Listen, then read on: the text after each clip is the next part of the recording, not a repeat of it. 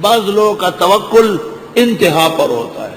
مولانا رحمت اللہ علیہ نے واقعہ سنایا کہ ہم مولانا عبید اللہ سندھی سے مکہ میں پڑھ رہے تھے، مولانا ان کے خاص شاگرد تھے، اور عبید اللہ دروس زار سے آیا تھا اور ہندوستان میں اس کے لیے سزائے موت مقرر تھی کیونکہ ریشمی رومال کا واقعہ گزرا تھا، اور وہ مکہ میں پناہ گزین تھا۔ مکہ میں ان کی آؤ بگت تھی، اسلامی حکومت تھی۔ رمضان شریف کے دن تھے اور مغرب کے قریب مولانا کی خدمت میں ہر طرف سے بہترین کھانے آتے تھے۔ وہ جیسے ہی کھانے کو دیکھتے کہتے وہاں مؤذن ہے اس کو دے دو، وہاں ایک خادم ٹھہرا ہے اس کو دے آؤ۔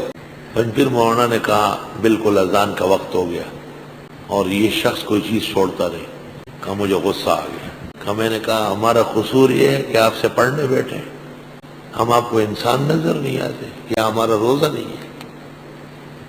کہا اللہ تعالیٰ آپ کے لیے بھیج دے گا۔ کہ میں نے کہا اللہ تعالیٰ تو بھیج رہے آپ چھوڑ نہیں رہے، اللہ تعالیٰ نے تو بہت بھیجا، آپ نہیں چھوڑ رہے۔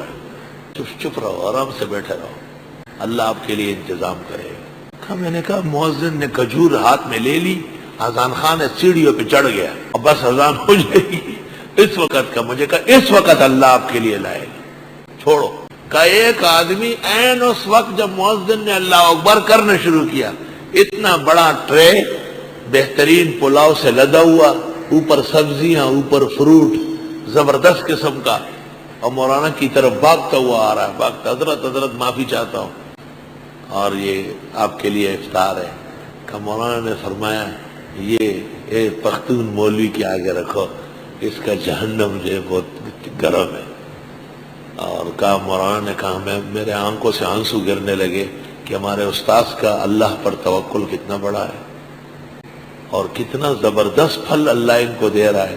مولانا نے یہ بھی بیان فرمایا کہ میں نے مولانا عبید اللہ کو دیکھا کہ انہوں نے صرف زمزم سے روزہ افطار کیا، اس ٹرے میں سے ایک کھجور، ایک پھل کا دانہ، ایک ذرہ برابر پلاؤ زبان پہ نہیں رکھا، بس زمزم سے روزہ افطار کر کے اور پھر نماز پڑھ کر عشاء تک نوافل میں اور دعاؤں میں مشغول ہو گئے۔ لا الہ الا